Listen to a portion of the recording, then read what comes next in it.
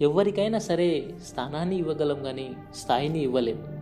ఒక విత్తనాన్ని నాటినప్పుడు దాని స్థాయి చాలా చిన్నదిగా ఉంటుంది, కానీ అది ప్రకృతిని ఆస్వాదించినప్పుడు, అలాగే మనిషి సహాయాన్ని పొందినప్పుడు అది మహావృక్షమే విజృంభిస్తుంది. మన జీవితం కూడా అంతే అని తెలుసుకో. ప్రకృతిని ఆస్వాదించండి, మనుషులను గౌరవించండి, ప్రేమించండి. మనిషి యొక్క మనస్సులు అందరివి సమానమే, కానీ వారి ఆలోచనలు వేరు ఉంటాయి. అందుకే మనస్సుతో పలకరించండి. పెన్తో రాసిన కథలు చెరిగిపోతాయేమో కానీ పెయిన్తో రాసిన కథలు చనిపోయే వరకు గుర్తుండిపోతాయి.